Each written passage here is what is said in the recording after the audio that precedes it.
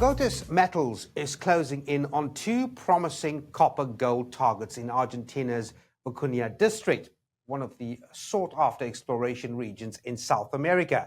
The company says trenching at its Cruz del Sur and Stockwork Hills prospects has returned encouraging gold and copper results, with strong signals from geophysics backing them up.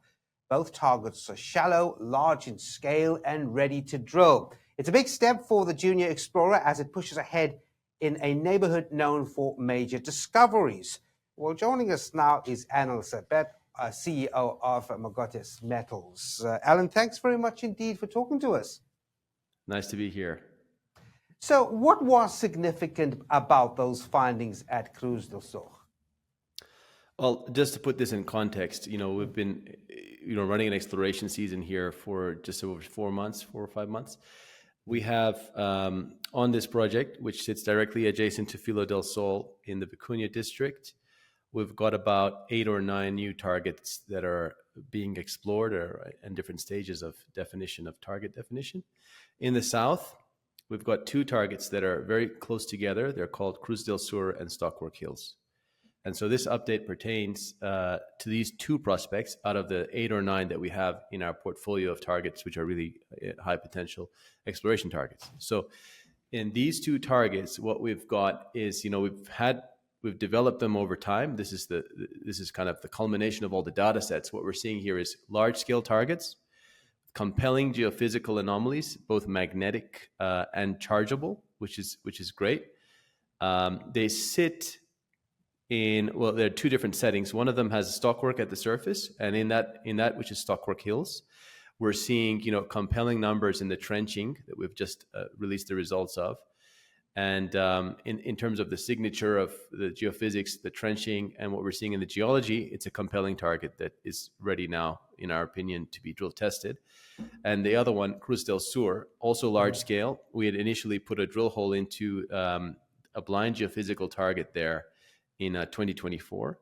That drill hole was into a very, very chargeable zone that we identified in geophysics. And in the subsequent results that we're seeing now, we have identified where we think the next place for this target is, which is a very large magnetic body, which is large scale, close to surface. And we're seeing compelling results from the trenching that we just released that tells us this is a great target. And which leads me to my next question. What exactly does it reveal about Stockwork Hills?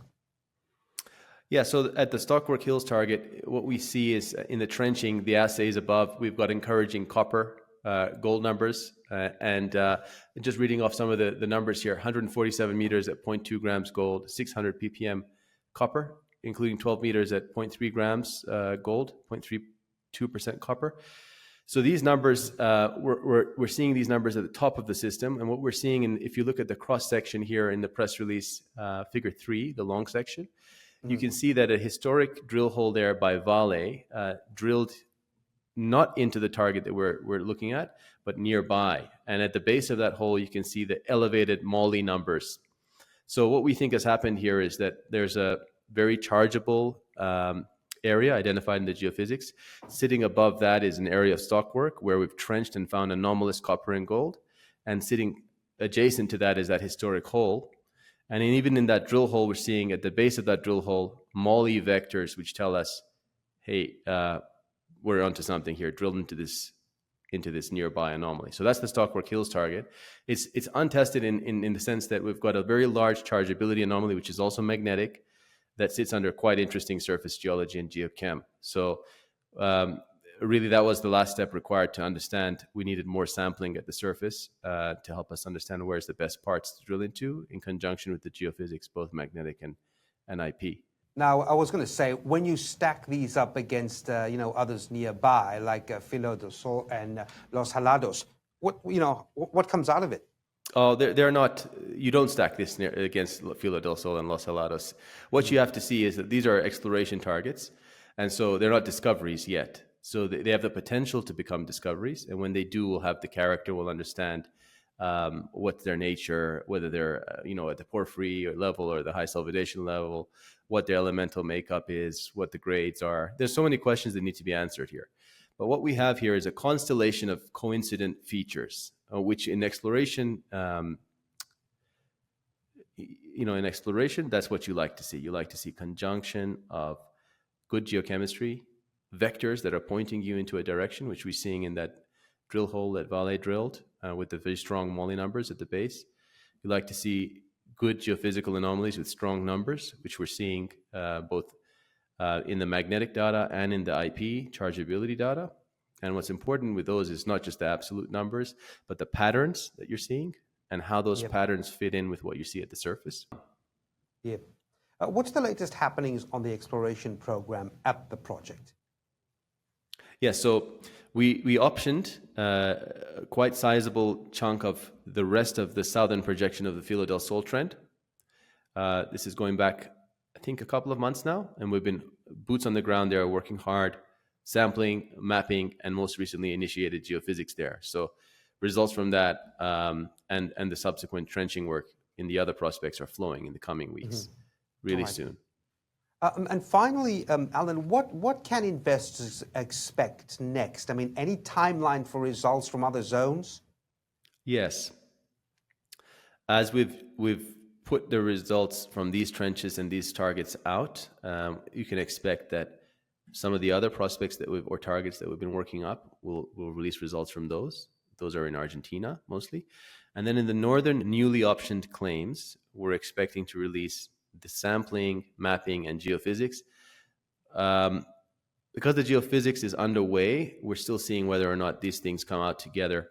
But we expect news flow from that in the coming weeks. So stay tuned for those. And finally, I'm going to wrap up, Allen, of asking you what the scale is of what you were chasing here. Oh, enormous. Filo del Sol, one of the biggest copper discoveries of the last decade, if not the biggest. I would have to check on my notes, but certainly a generational kind of a once-in-a-lifetime tier 1 type discovery. We are locked up the southern projection of that trend and hoping to find something of similar scale or size. Now it's exploration stage, so we haven't got it yet, but we're on to quite a number of good prospects here that we think could be, even if they're a fraction of that size, will be interesting. Of course, this is not just one deposit in the Vicuña district we're talking about with Filo del Sol. There's also Lunahuasi, which is shaping up to be quite impressive. And as you go further up, Los Helados, which you mentioned earlier. And there's a fourth, which is Jose Maria, which is roughly 2 billion Canadian dollar valuation that BHP bought into it at. So we're in a district of what they call giants or super giants. And that's the scale that we're after. And that's the kind of target that we're after. And so, yes, we're looking for something of size. And we certainly will be keeping our eye on that one. Well, thanks very much indeed. Allen Sabet is the CEO of Mogotes Metals. Thanks indeed for talking to us. Thanks for having me.